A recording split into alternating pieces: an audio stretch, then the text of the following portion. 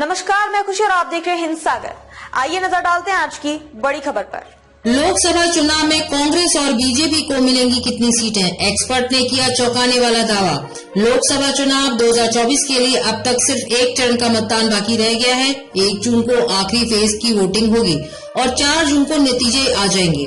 चुनावी नतीजों को लेकर विश्लेषकों का अनुमान हमेशा सही नहीं रहता है। हालांकि कई बार इनकी ओर से दिए गए आंकड़े सही भी हो जाते हैं। वैसे 4 जून को साफ हो जाएगा कि केंद्र में किसकी सरकार बनने जा रही है।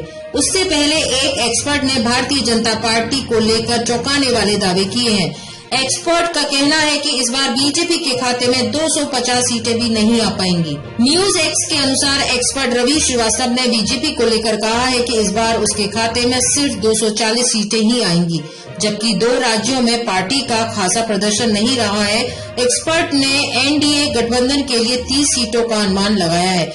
उनका कहना है कि बीजेपी और एनडीए के खाते में कुल 270 सीटें आती दिख रही हैं। एक्सपर्ट रवि श्रीवास्तव ने कांग्रेस और विपक्षी गठबंधन इंडिया के लिए 259 सीटों का अनुमान लगाया है। उनका कहना है कि केवल कांग्रेस के पास ही 129 सीटें जाएंगी, जबकि अलायंस के खाते में 130 सीटें जाती दिख रही हैं। इस तरह विपक्ष के पास 259 सीटों का आंकड़ा होगा।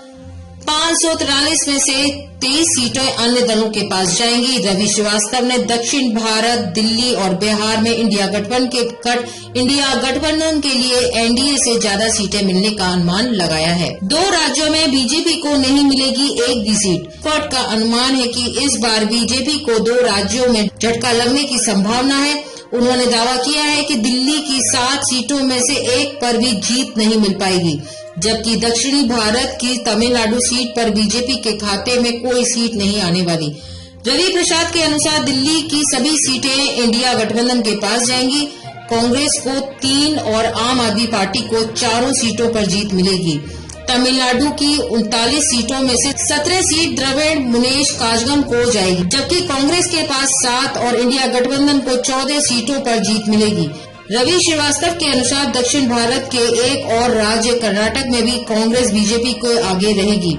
28 में से 6 सीटों पर बीजेपी और 1 सीट पर जनता दल के पास जाएगी और 1 सीट जनता दल के पास जाएगी। वहीं कांग्रेस के पास 21 जाति दिख रही है। कर्नाटक में अभी कांग्रेस की ही सरकार है। एमपी, राजस्थान, गुजरात और यूपी में बीजेपी की बढ़त। एक्सपर्ट रवि श्रीवास्तव के अनुसार मध्य प्रदेश, राजस्थान, गुजरात और उत्तर प्रदेश में बीजेपी की सीटों का आंकड़ा कांग्रेस से ज्यादा रहेगा। एमपी की 29 में से 17 सीट, राजस्थान की 25 में से 17 सीट, गुजरात की 26 में से 18 और उत्तर प्रदेश की 80 सीटों में से 54 सीटों पर बीजेपी को जीत मिल सकती है। हालांकि एक्सपर्ट का यह भी कहना है कि यूपी में पिछली बार के मुकाबले बीजेपी की सीटें कम हो सकती हैं। वहीं एनडीए के पास 32 सीटें जा सकती हैं। एमपी में कांग्रेस को 10, राजस्थान में 8, गुजरात में 7 और उत्तर प्रदेश में 10 सीटों पर जीत मिल सकती है। यूपी में 14 सीटें समाजवादी पार्टी के खाते में जाएंगी। इस तरह एक्सपर्ट के अनुसार यूपी में इंडिया गठबंधन को 24 सीटें मिल सकती हैं। बिहार, पश्चिम बंगाल और महाराष्ट्र में कैसा होगा बीजेपी का हाल?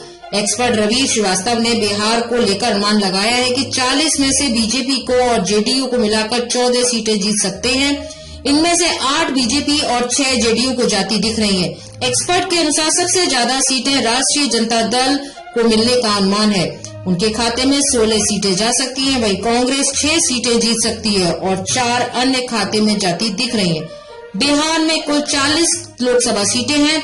बिहार की 40 में से 22 सीटें इंडिया गठबंधन के खाते में जाने का अनुमान है। खबरों में अब तक के लिए बस इतना ही। फिर होगी आपसे मुलाकात ऐसी एक और बड़ी खबर के साथ। तब तक के लिए नमस्कार और देखते रहिए हिंद सागर।